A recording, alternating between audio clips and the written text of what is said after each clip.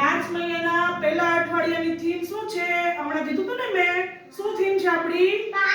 પાણી. Very good, બધાને યાદ છે હો. તો આપણે હમણાં પાણી વિશેની ચર્ચા કરી ને? હવે છે ને એક સરસ મજાની મારે વાર્તા કરવી છે. શું?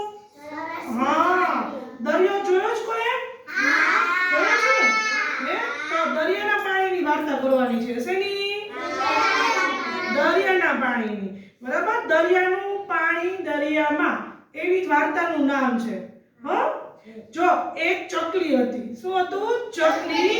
આપણે જેવી જોઈએ છે ને એવી ચકલી નહીં. એ ચકલી નાની ચકલી હતી. કેવી હતી? નાની હતી. અને એનો રંગ છે ને કાળો હતો. કાળો રંગ છે.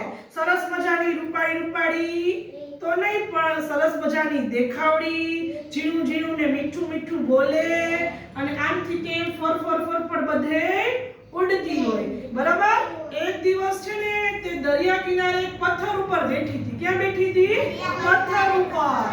બરાબર? તો હવે એને દરિયો જોયો ને તો એને એમ થયું, અરે વાહ, દરિયામાં તો કેટલું બધું પાણી છે. આટલું પાણી તો મેં ક્યાંય નથી જોયું.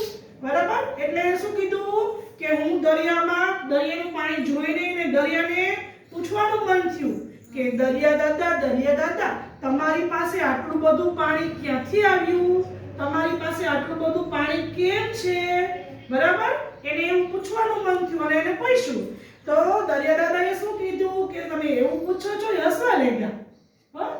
તમે તમારું, મારી પાસે તો જાજુ બધું પાણી છે. તો ચકલીએ પૂછ્યું કે તમે તમારું પાણી કોને આપો છો? મને આપશો? તો દરિયા દાદાએ શું કીધું કે હા, હું તો મારું પાણી છે એ આપું જ છું, બધાને આપું છું. તો ચકલીએ એમ પૂછ્યું કે કેવી રીતે?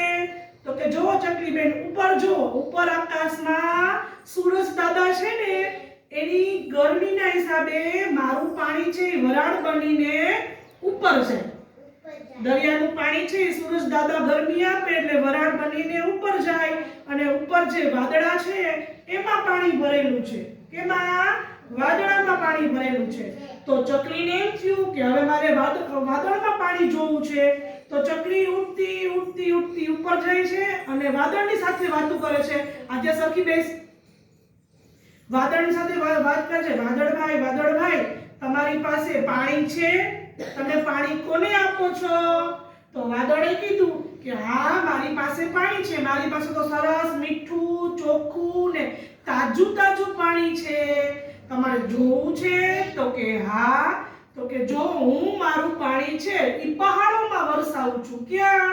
પહાડો ઉપર. ઊંચા પહાડો હોય ને, મારું પાણી છે ને હું વરસાદના રૂપે પહાડોમાં વરસાવું છું.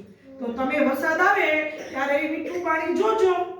બરાબર? પછી હવે ચકલી છે એને પહાડ સાથે વાત કરવાનું મન થયું કે મારે પાણી જોવું છે. તો એ પહાડ પાસે જાય છે. પહાડને પૂછે છે, પહાડભાઈ, તમારી પાસે પાણી છે? તમે પાણી કોને આપો છો? તો પહાડે કીધું કે હા, મારી પાસે તો પાણી છે. હું ઝરણામાંથી નીચે વહાવું છું. મારું પાણી છે એ ઝરણામાંથી નીચે વહાવું છું. આપણે ક્યારેક જોયું હોય ને ટીવીમાં અથવા તો ફરવા ગયા હોય કે ઊંચા પહાડ હોય ને ત્યાંથી ધોધ પડતો હોય. જોયું છે એવું? હા, તો એ ઝરણું છે. ઝરણામાં વહાવું છું. ગમન સરખો બેસ. અને જે ઝરણાનું પાણી છે ઈ તમે હું ક્યાં ઊંચે પહાડોમાંથી નીચે મોકલું છું. અને કોને આપું છું? નદીને આપું છું. કોને આપું છું? નદીને આપું છું. હા. પછી તો ચકલીને એમ થયું કે મારે છે નદી માતાને પૂછવું પડશે કે તમે તમારું પાણી કોને આપશો? મને આપશો પીવા માટે? હવે ચકલી ઉડતી કોની પાસે જાય છે? નદી પાસે. કોની પાસે?